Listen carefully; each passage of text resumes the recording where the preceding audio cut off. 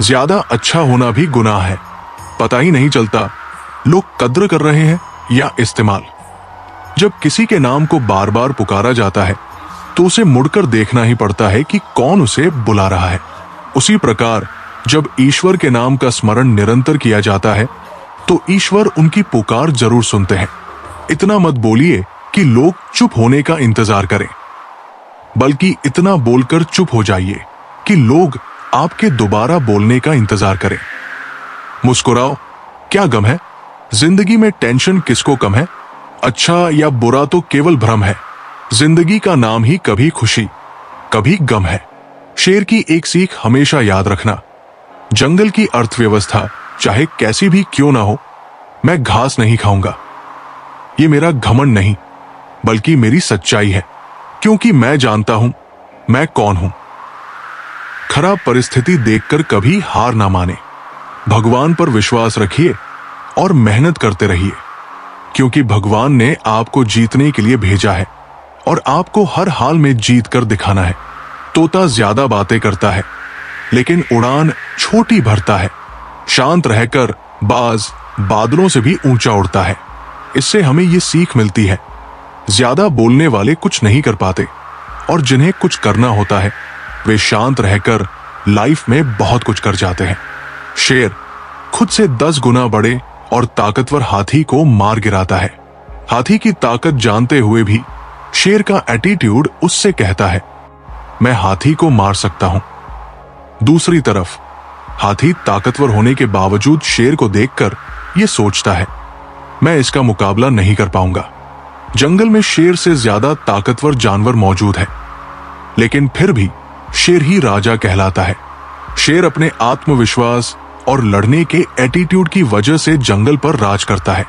बाकी जानवर खुद को कमजोर और शेर को ताकतवर समझने की वजह से शेर से नहीं जीत पाते।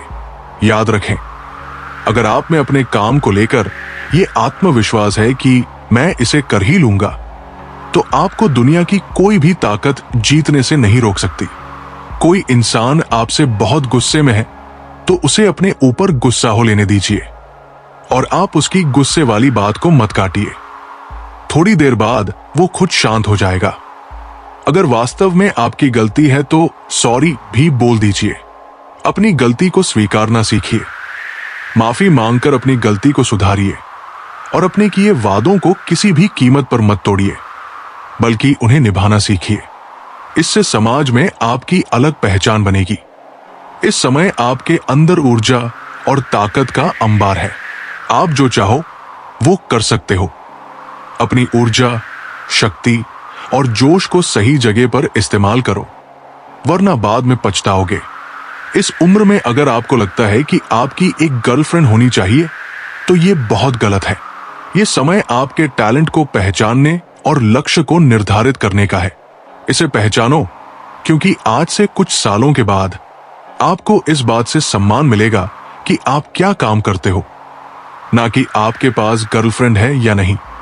हर व्यक्ति के अंदर महान बनने का एक बीज सोया हुआ है, जिसे अगर जगा दिया जाए और काम पर लगा दिया जाए तो ये आपको उन ऊंचाइयों तक ले जाएगा जहां तक पहुंचने की आपने कभी आशा भी नहीं की होगी। बस शर्त यही है, इस सोए हुए बीज को खुद ही उठाना पड़ता है। खुश रहने वाले लोग दिखावा नहीं करते, कम बात करते हैं, रोज कुछ सीखते हैं, दूसरों की मदद करते हैं, ज्यादा हंसते हैं, बकवास को नजरअंदाज करते हैं। बातचीत करते वक्त हंसने की बजाय मुस्कुराना ज्यादा बेहतर होता है।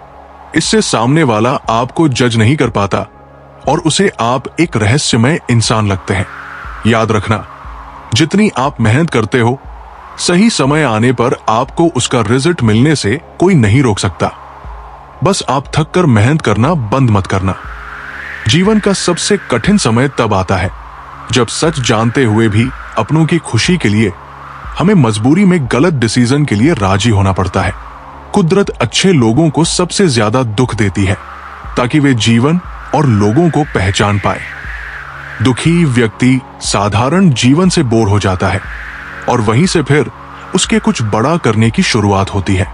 अगर आप अपने दुख दूसरों से शेयर नहीं करते हैं तो समझ जाइए आपने जीवन जीना सीख लिया है, क्योंकि समझदार लोग ये जल्दी समझ जाते हैं कि दूसरों को अपना दुख बताने से कोई फायदा नहीं है।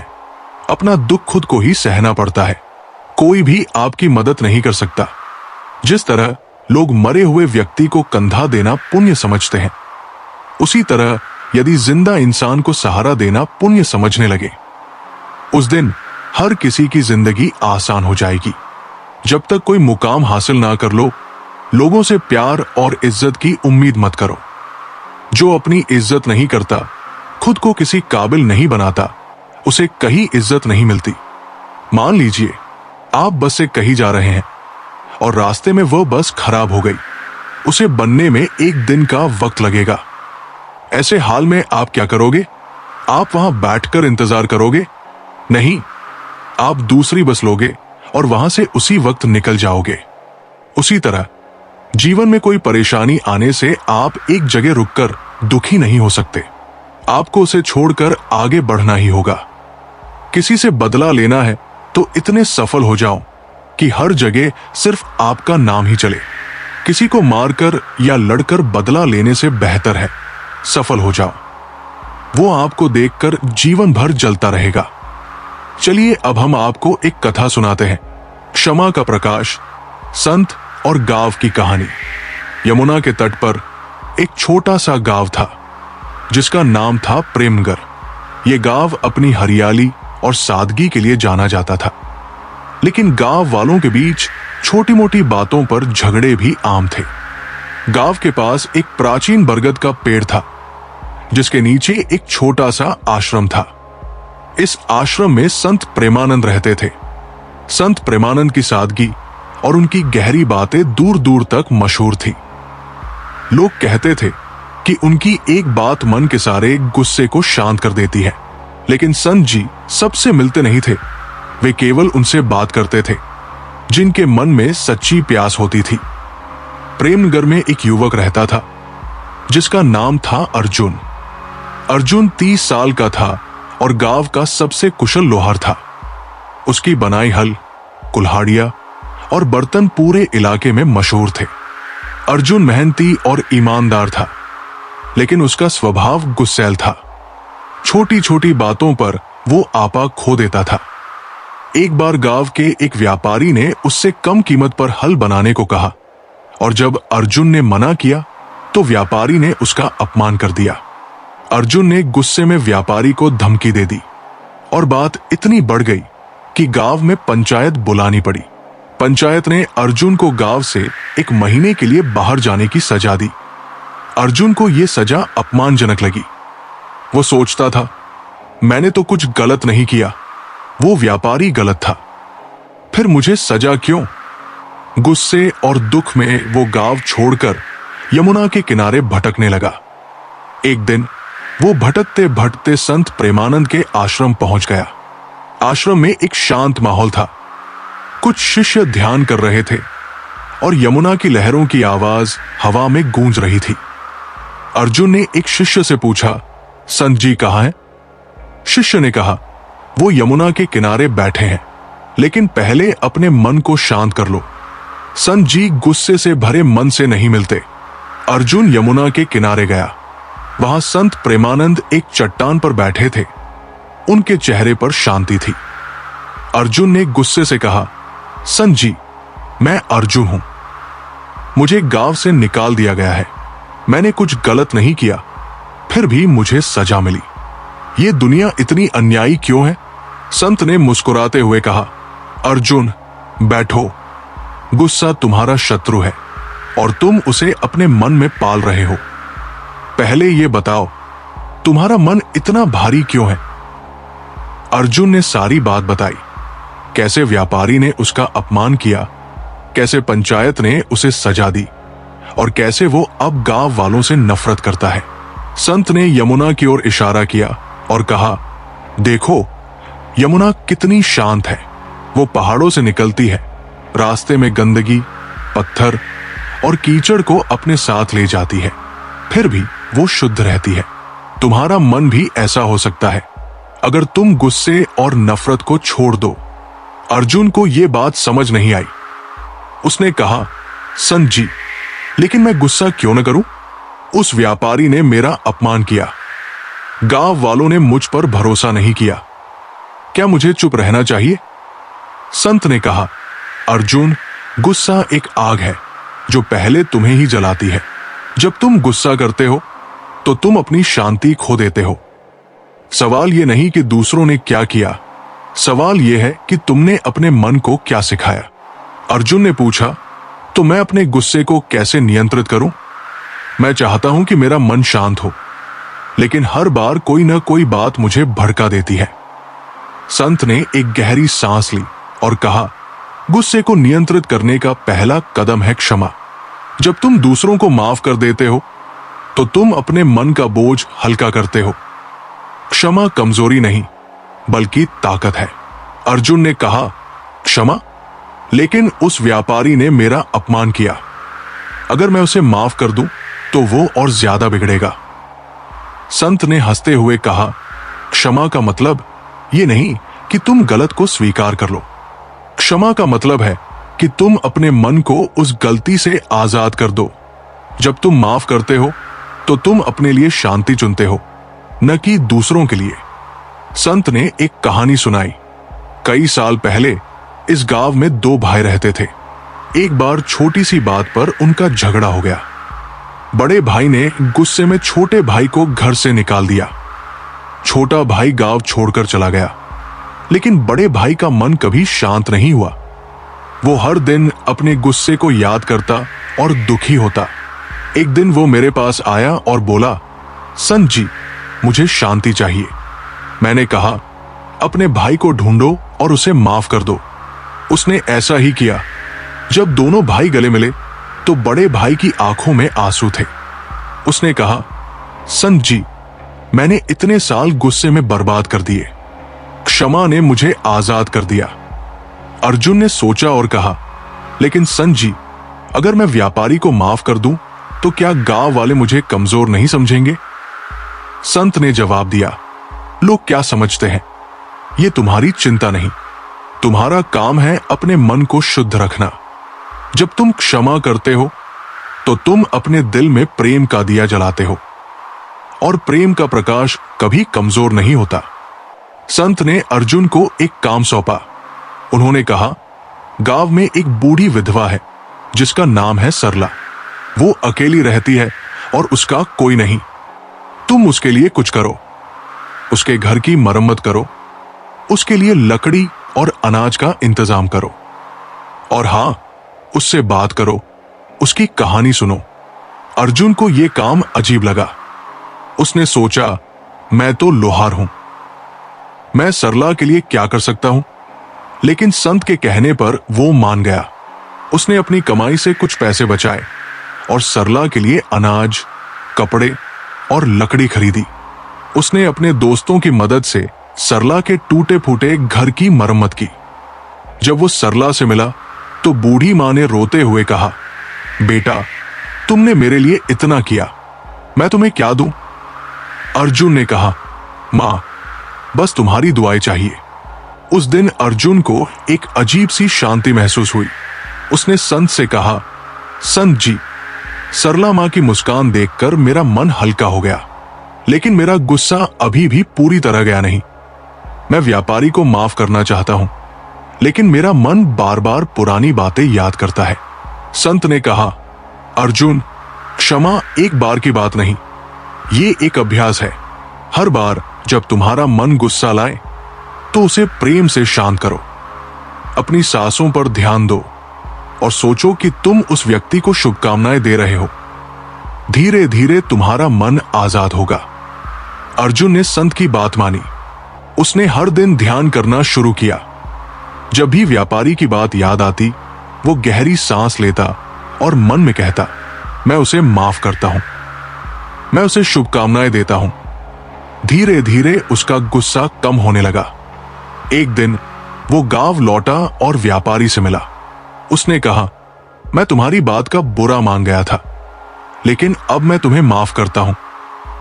आइए हम दोबारा दोस्ती शुरू करें। व्यापारी हैरान रह गया। उसने कहा, अर्जुन, मैंने तुम्हारा अपमान किया था, मुझे माफ कर दो, दोनों ने एक दूसरे को गले लगाया और गांव वालों ने उनकी तारीफ की। अर्जुन का मन अब पूरी तरह शांत था। उसने गांव में सरला मां जैसे कई लोगों की मदद शुरू की। उसने अपने लोहार के काम को और बेहतर किया, लेकिन अब वो अपनी कमाई का एक हिस्सा गांव के गरीबों के लिए रखता था। कुछ साल बाद संत प्रेमानंद गांव आए। उन्होंने अर्जुन को गांव वालों के साथ हंसते मुस्कुराते देखा। उन्होंने कहा, अर्जुन, तुमने क्षमा का प्रकाश जलाया। तुमने न केवल अपना जीवन बदला, बल्कि गांव को भी प्रेम का संदेश दिया। अर्जुन ने संत के चरण छुए और कहा, संत जी, ये सब आपकी कृपा से हुआ। सीख, ये कहानी हमें सिखाती है कि क्षमा एक ताकत है जो हमें गुस्से और नफरत से आजाद करती है। प्रेम और सेवा के माध्यम से हम अपने मन को शुद्ध कर सकते हैं। सच्चा सुख दूसरों के लिए जीने और अपने दिल में प्रेम का दिया जलाने में है। जब एक बार दिमाग में प्लान बन जाता है कि मुझे ये काम करना है, फिर मेरे पास दूसरा कोई ऑप्शन नहीं बचता। मैं ये सोचने में समय बर्बाद नहीं करता कि आज करूं, कल करूं या परसों करूं। एक बार मैंने ठान लिया कि मुझे ये करना है, तो मैं उसे तुरंत शुरू कर देता हूं। समय रहते सपनों को पूरे नहीं कर पाओगे तो जीते जी मर जाओगे। समय को जब आप अपने हिसाब से रखते हो, तब समय आपको सुख देता है, और जब समय आपको अपने अनुसार रखता है तो समय आपको दुख देता है। कमजोर लोग अपमान का बदला लड़कर लेते हैं और बुद्धिमान लोग सफल होकर। अपमान का बदला लेना है तो इतने सफल होइए कि अपमान करने वालों की आपसे बात तक करने की औकात ना रहे। जिम्मेदार लड़के अपने पिता की दौलत पर नहीं, बल्कि वे जिम्मेदारी लेकर इतनी मेहनत करते हैं कि बुढ़ापे में उनके पिता को मेहनत ना करनी पड़े। जो अपनी मेहनत पर यकीन करते हैं, वे जीवन में कभी नहीं भटकते। वे एक दिन मंजिल तक पहुंच ही जाते हैं। आप जो बनना चाहते हैं, उस तक जाने के रास्ते आपके पैरों के नीचे ही है। चलने की शुरुआत कीजिए। अगर आप अकेले खुश नहीं हो, तो आप किसी दूसरे के साथ भी खुश नहीं रह सकते। किसी की अकड़ सहने, उससे दबने और रोने से बेहतर है खुद इस लायक बन जाओ कि न किसी की अकड़ सहनी पड़े, न किसी से दबना पड़े और न किसी के लिए रोना पड़े। यदि कोई व्यक्ति बात करते वक्त कम बोलता है और जब बोलता है तो तेज और सीधे पॉइंट पर बोलता है, तो वो अपनी कुछ बातें सीक्रेट रखने की अधिक संभावना रखता है। हर पल तुम्हारी एक सांस कम हो रही है। कोई उसे जी लेता है, कोई उसे काट लेता है। जीवन सिर्फ एक सांस है, इसे इसकी पूर्णता में जी लो। आप जीवन काटने नहीं, जीने आए हो। सच्चा प्यार और सच्चे कपल वही होते हैं जो एक दूसरे का करियर बनाने में मदद करते हैं, जीवन बर्बाद करने में नहीं। जब तक तुम्हारी नजरें केवल मंजिल पर होंगी, तब तक यात्रा बोझ लगेगी। पर जब तुम यात्रा से प्रेम करने लगोगे, तब मंजिल अपने आप आ जाएगी। निशा हर दिन बस एक ही सपना देखती, जल्दी से बड़ी कंपनी में जॉब मिल जाए। वो हर इंटरव्यू में नर्वस हो जाती, हर रिजेक्शन पर टूट जाती।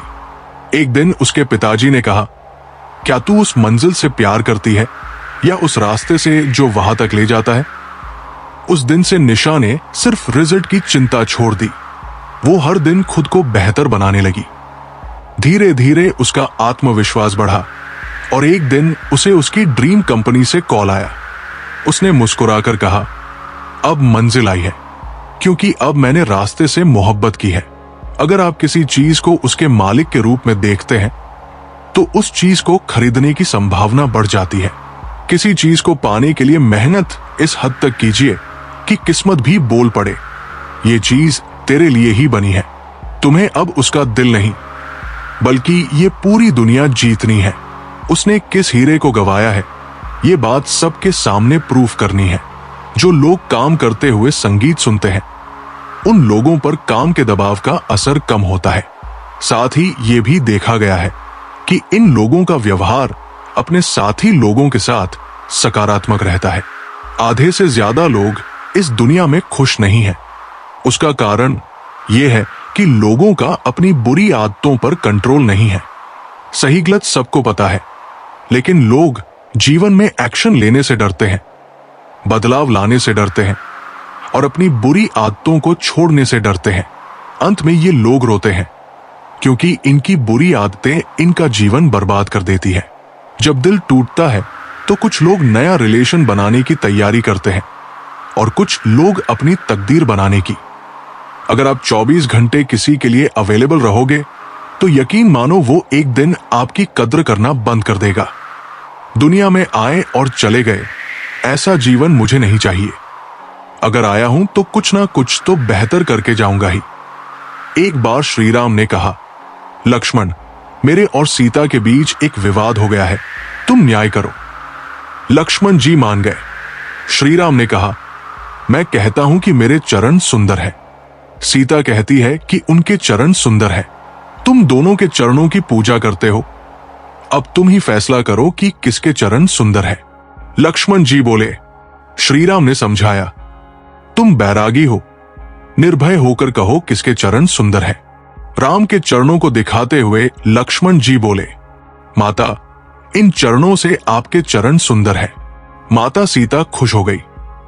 इस पर लक्ष्मण जी बोले, माता, अधिक खुश मत होना, भगवान राम के चरण है, तभी आपके चरणों की कीमत है। अब राम जी खुश हो गए। तब लक्ष्मण जी फिर बोले, आप दोनों को खुश होने की जरूरत नहीं। आप दोनों के चरणों के अलावा भी एक चरण है जिसके कारण ही आपके चरणों की पूजा होती है, यानी आचरण। आपके चरण सुंदर है तो उसका कारण आपका महान आचरण है। व्यक्ति का आचरण अच्छा हो तो उसका तन और मन दोनों ही सुंदर होते हैं और वो संसार में अपने नाम की अमिट छाप छोड़ जाता है। जीवन अनंत नहीं है, छोटा है, लघु कालीन है। हम हमेशा नहीं रहने वाले। कितने ही लोग थे, हमसे बड़े और हमसे छोटे भी, जिन्हें हम बचपन से अब तक अपनी यात्रा में जानते थे, हमारे साथ ही थे, लेकिन वे चले गए। उनकी ही तरह हम भी एक दिन नहीं रहेंगे। अगर किसी को बदलना है तो उसे ज्ञान दो, न कि घाव, क्योंकि घाव डर पैदा करता है पर ज्ञान दिशा देता है। गुरु राघव के आश्रम में एक चोर पकड़ा गया। शिष्यों ने कहा, इसे दंड दो, ये अपराधी है। पर गुरु ने उसे डांटने के बजाय उसे एक कोना दिया जहां वो रोज प्रवचन सुनता था। एक महीने बाद वो चुपचाप गुरु के चरणों में गिर पड़ा और बोला, किसी ने मुझे पहली बार इंसान समझा, ना कि अपराधी। गुरु मुस्कुराए। शास्त्र कहते हैं कि दंड से आदमी डरता है पर ज्ञान से बदलता है। श्री कृष्ण ने कभी युद्ध से पहले शांति का प्रस्ताव रखा था, क्योंकि वो पहले आत्मा को जगाते थे, हथियार को नहीं। इसलिए जिन सुखों को हम पाना चाहते हैं, जरूरी है कि उसके लिए अनिवार्य कर्म को हम भविष्य पर न टालें। चाहे कुछ भी हो, चीजों को टालने की आदत छोड़ दें, भले ही सिर के ऊपर लहरा रही मृत्यु हो। हमारे पास मौका है कि हम भरपूर जी लें, एक अच्छा मनुष्य बनकर जिए। एक बच्चा फटे पुराने जूते के साथ प्लास्टिक की गेंद से खेल रहा था। लोगों को उसके जूते देखकर बहुत दुख हुआ। तभी किसी सज्जन ने बाजार से नया जूता खरीदा और उसे देते हुए कहा, बेटा, लो ये जूता पहन लो। लड़के ने फौरन जूते निकाले और पहन लिए। उसका चेहरा खुशी से दमक उठा था। वो मेरी तरफ पलटा और मेरा हाथ थाम कर पूछा, आप भगवान हैं? उसने घबराकर हाथ छुड़ाया और कानों को हाथ लगाकर कहा, नहीं बेटा, नहीं, मैं भगवान नहीं। लड़का फिर मुस्कुराया और कहा, तो फिर जरूर भगवान के दोस्त होंगे, क्योंकि मैंने कल रात भगवान से कहा था कि मुझे नए जूते दे देना। वो सज्जन मुस्कुरा दिए। अब वो सज्जन भी जान चुके थे कि भगवान का दोस्त होना कोई मुश्किल काम नहीं। जिन्हें डर लगेगा उन्हें हर कोई डराएगा, और जो निर्भय है वे हर स्थिति में हावी हो जाएंगे। भूत प्रेत का मसला बहुत पहले से चला आ रहा है। ये होते हैं या नहीं, इस पर बहस न करें, लेकिन इस पर चर्चा जरूर करें कि इंसान क्यों डरे। यदि आप केवल धर्म से जुड़े हैं तो कभी कभी धर्म भी डरा देता है। धर्म का अगला चरण और परिपक्व स्थिति अध्यात्म है। धर्म का संबंध शरीर से है, वही अध्यात्म का संबंध आत्मा से है। जो अध्यात्म से जुड़ जाएगा वो निर्भय हो जाएगा। मनुष्य का असली बल उसके विचारों में होता है। बाहुबल तो केवल समय की परीक्षा में खो जाता है। प्राचीन काल में दो राजकुमार थे। एक था शक्तिशाली योद्धा अर्जुन और दूसरा था कमजोर लेकिन ज्ञानवान समीर। राजा ने दोनों को चुनौती दी, साम्राज्य उसी को मिलेगा जो असली ताकत का प्रमाण देगा। अर्जुन ने बड़ी तलवार से पेड़ काट डाला। समीर ने गांव के प्यासे लोगों के लिए पहाड़ी से पानी लाकर झरना बना दिया। राजा बोला, जिसने सिर्फ ताकत दिखाई वो एक क्षण का नायक है, पर जिसने विचारों से जीवन बदल दिया वही सच्चा शासक है। आप मुझे इस धर्म संकट में मत डालिए। जब तुम्हें कोई समझ न सके तब रोने के बजाय मुस्कुरा दो, क्योंकि श्री कृष्ण भी सबको समझ नहीं आए थे, फिर भी उन्होंने गीता दी थी। अवनी को अध्यात्म में गहरी रुचि थी, लेकिन उसके दोस्त और परिवार मजाक उड़ाते, तू साध्वी बन गई है क्या? वो चुपचाप अपने पथ पर चलती रही। लोगों की मदद करना, गीता पढ़ना और दूसरों को प्रेरित करना। कुछ सालों बाद जब एक दोस्त जीवन में डिप्रेशन में गया तो सबसे पहले अवनी ही उसके पास आई। उसने उसे गीता के विचारों से बाहर निकाला। वही दोस्त रोते हुए बोला, जिसे हम कभी समझ न सके वही आज हमें समझा गया।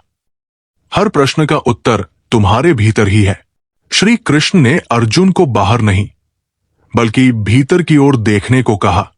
तुम्हारे सारे सवाल, क्या करूं, कैसे करूं, इनका जवाब तुम्हारे मन की गहराइयों में है। खामोशी में बैठो और सुनो। वो कृष्ण तुम्हारे भीतर ही तुम्हें रास्ता दिखाएगा। जिंदगी एक पतझड़ है और तुम उसका हरा पत्ता। जब सारी दुनिया सूखे पत्तों की तरह बिखर रही हो और हवाएं ठंडी हो जाए, तब भी तुम वो पत्ता हो जो अपनी हरियाली नहीं छोड़ता। जिंदगी की हर सर्दी तुम्हें आजमाएगी, हर तूफान तुम्हें झकझोरेगा, मगर तुम्हारी जड़ों में हिम्मत है। तुम्हारे भीतर एक नया बसंत। हर बार जब तुम गिरने को हो, अपनी जड़ों को याद करो। वो सपने, वो इरादे जो तुम्हें मजबूत बनाते हैं। हार मत मानो, क्योंकि तुम वो पत्ता हो जो पतझड़ में भी वसंत की कहानी कहता है। जीवन वो रास है जिसमें हर पल नाचना है। श्री कृष्ण का रास जीवन का उत्सव था। तुम्हारी जिंदगी भी ऐसा ही रास है। सुख आए तो हंसकर नाचो, दुख आए तो धैर्य से थिरको। हर पल को कृष्ण की तरह जियो, निश्चिंत, प्रेम से भरा और आत्मविश्वास से सजा, क्योंकि ये रास तुम्हारा है और इसे तुम्हें ही सजाना है। विश्वास वो कवच है जो हर वार को रोकता है। कृष्ण ने अर्जुन को विश्वास की ताकत दी। जब दुनिया तुम्हें शक के तीरों से घायल करे तो अपने विश्वास का कवच पहनो। खुद पर, अपने कर्म पर, अपने ईश्वर पर भरोसा रखो। ये कवच तुम्हें हर जंग में बचाएगा। सपने वो आकाश है जिनकी कोई सीमा नहीं। सपने वो अनंत आसमान है जहां सितारे तुम्हारे इंतजार में टिमटिमाते हैं। मगर इस आकाश तक पहुंचने के लिए तुम्हें पंख चाहिए, मेहनत के, धैर्य के और विश्वास के। रास्ते में बादल आएंगे जो तुम्हें डराएंगे, बारिश होगी जो तुम्हें भिगोएगी, मगर याद रखो, हर बादल के पीछे एक साफ आसमान है। अपने पंखों को फैलाओ और उड़ो, क्योंकि जो सपनों के आकाश को छू लेता है वो दुनिया को अपनी चमक दिखा देता है। दुख वो नदी है जो तुम्हें साफ करती है। जिंदगी में दुख आएगा, जैसे नदी का पानी किनारों को तराशता है। वो तुम्हें डुबोएगा, तुम्हें बहाएगा, मगर वो तुम्हें टूटने नहीं देगा। हर आंसू तुम्हारे भीतर की धूल को धोता है। हर दर्द तुम्हें और पारदर्शी बनाता है। इस नदी में डरकर पीछे मत हटो, इसमें डुबकी लगाओ, क्योंकि यही वो पानी है जो तुम्हारे भीतर की ताकत को बाहर लाता है। जब तुम इस नदी से निकलोगे तो तुम वो हीरा बन चुके होगे जो चमककर दुनिया को अचंभित कर देता है। मन की शांति ही असली धन है। कृष्ण की बंसी शांति की धुन बजाती थी। दुनिया के खजाने तुम्हें सुख दे सकते हैं, मगर शांति सिर्फ तुम्हारा मन देता है। जब तुम अपने कर्म में, अपने विश्वास में डूब जाते हो तो वो शांति तुम्हें मिलती है जो किसी खजाने से नहीं खरीदी जा सकती। संकल्प वो तीर है जो लक्ष्य को भेदता है। जैसे अर्जुन ने कृष्ण की सलाह पर लक्ष्य साधा, वैसे ही तुम्हारा संकल्प तुम्हारा तीर है। जब मन में दृढ़ता हो तो कोई रुकावट तुम्हें रोक नहीं सकती। अपने लक्ष्य पर नजर रखो और संकल्प की कमान खींचो। वो तीर मंजिल को जरूर भेदेगा। जिंदगी एक धुन है जिसे तुम्हारा दिल गाता है। ये धुन कभी मधुर होगी, कभी उदास, कभी इसमें हंसी की सरगम होगी, कभी दर्द की तान, मगर ये धुन कभी रुकती नहीं। दुनिया की चीखें इसे दबाने की कोशिश करेंगी, मगर तुम अपने दिल की आवाज को सुनो। वो तुम्हें बताएगी कि अगला सुर क्या है। हर कदम पर, हर मोड़ पर इस धुन को गाते रहो, क्योंकि ये वो गीत है जो सिर्फ तुम्हारा है। इसे इतना खूबसूरत बनाओ कि सारी कायनात तुम्हारे साथ गुनगुनाए। वक्त वो सागर है जिसमें हर लहर एक कहानी कहती है। वक्त का सागर अनंत है और इसकी हर लहर तुम्हारे लिए एक नया सबक लाती है। कभी ये लहरें तुम्हें ऊंचा उठाएंगी, कभी तुम्हें गहराइयों में ले जाएंगी, मगर हर लहर में एक कहानी छुपी है। उसे सुनो। जो पल बीत गए वो तुम्हारी ताकत बन गए। जो पल सामने है वो तुम्हारी मंजिल की ओर ले जाएंगे। इस सागर में तैरते रहो, क्योंकि जो वक्त की लहरों को समझ लेता है वो जिंदगी की हर जंग जीत लेता है। हार वो आंधी है जो तुम्हें नए रास्ते दिखाती है। जब हार तुम्हारे दरवाजे पर दस्तक देती है तो वो तुम्हें तोड़ने नहीं बल्कि तराशने आती है। वो आंधी बनकर तुम्हारे पुराने रास्तों को उड़ा ले जाती है ताकि तुम नए रास्ते देख सको। हर बार जब तुम गिरते हो वो तुम्हें एक नया सबक देती है। उसे गले लगाओ। वो निराशा, वो खामोशी, वो खालीपन, ये सब तुम्हें और मजबूत बनाते हैं। हार से डरो मत, क्योंकि वो तुम्हें वो रास्ता दिखाएगी जो तुमने पहले कभी नहीं देखा। खुशी वो बूंद है जो बारिश में भी चमकती है। जिंदगी की बारिश में कई बूंदें होंगी, कुछ ठंडी, कुछ भारी, मगर खुशी वो बूंद है जो सूरज की किरणों में चमकती है। वो उस पल में है जब तुम किसी के लिए कुछ करते हो। वो उस मुस्कान में है जो तुम्हारी मेहनत की गवाही देती है। वो उस खामोशी में है जब तुम अपने आप से कहते हो, मैंने अच्छा किया। इस बूंद को पकड़ो, इसे संजो, क्योंकि यही वो चमक है जो तुम्हारी जिंदगी को इंद्रधनुष से भर देती है। जिंदगी एक कविता है जिसका हर छंद तुम्हारी कहानी है। इस कविता के बोल कभी आसान नहीं होते। इसमें सवाल है, उलझने हैं और कभी कभी खामोशी भी, मगर यही तो इसकी खूबसूरती है। हर छंद तुम्हारी हिम्मत, तुम्हारे सपने, तुम्हारी जीत को बयान करता है। जब शब्द कम पड़ जाएं और लय टूटने लगे तब भी लिखते रहो, क्योंकि ये कविता अधूरी नहीं छूटती। तुम्हारे भीतर वो स्याही है जो इस कविता को पूरा करेगी। इसे लिखो और दुनिया को सुनाओ। खुद की खोज वो दीपक है जो अंधेरे में भी जलता है। जिंदगी में कई बार तुम खो जाओगे, सवाल तुम्हें घेर लेंगे और रास्ते धुंधले हो जाएंगे, मगर अपने भीतर के उस दीपक को जलाए रखो। वो तुम्हारी ताकत है, तुम्हारा विश्वास है। हर कदम पर, हर मोड़ पर ये दीपक तुम्हें रास्ता दिखाएगा।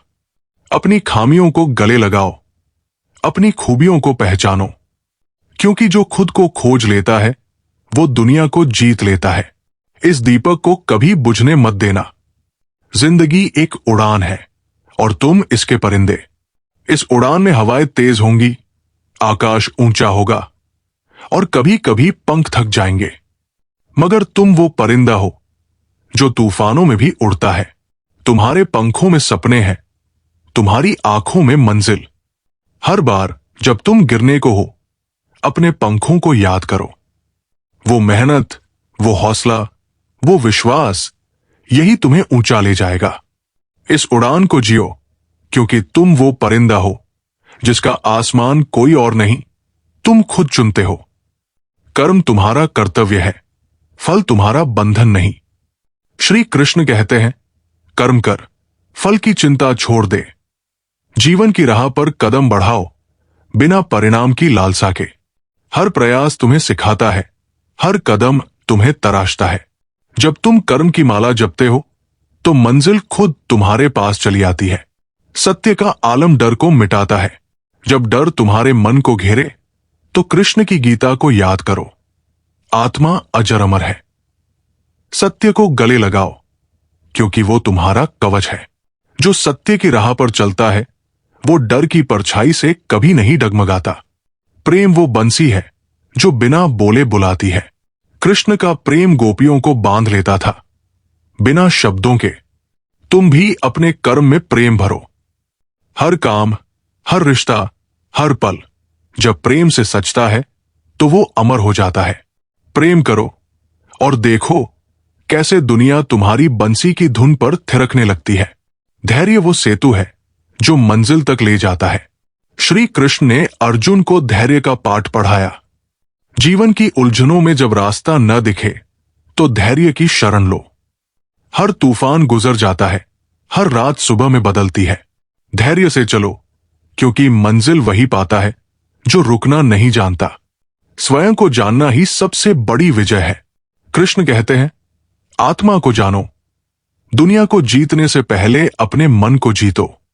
तुम्हारे भीतर छुपा है वो सत्य, वो शक्ति जो हर जंग जीत सकती है। जब तुम खुद को पहचान लोगे तो कोई भी युद्ध तुम्हें हरा नहीं सकता। दुख वो गुरु है जो तुम्हें सिखा कर जाता है। जैसे कृष्ण ने अर्जुन को युद्ध के बीच ज्ञान दिया, वैसे ही तुम्हारा दुख तुम्हें सिखाने आता है। उसे शत्रु मत समझो। हर आंसू तुम्हें मजबूत बनाता है, हर ठोकर तुम्हें रास्ता दिखाती है। दुख को गले लगाओ क्योंकि वो तुम्हारा सबसे बड़ा शिक्षक है। कर्म का बीज आज बो, फल का इंतजार मत करो। श्री कृष्ण का दर्शन है, कर्म ही तुम्हारा धर्म है। आज जो तुम करते हो वही तुम्हारा भविष्य रचता है। फल की चिंता में मत डूबो। हर कदम, हर मेहनत, हर प्रयास, ये सब तुम्हारे जीवन की माला के मोती है। बस बोते रहो।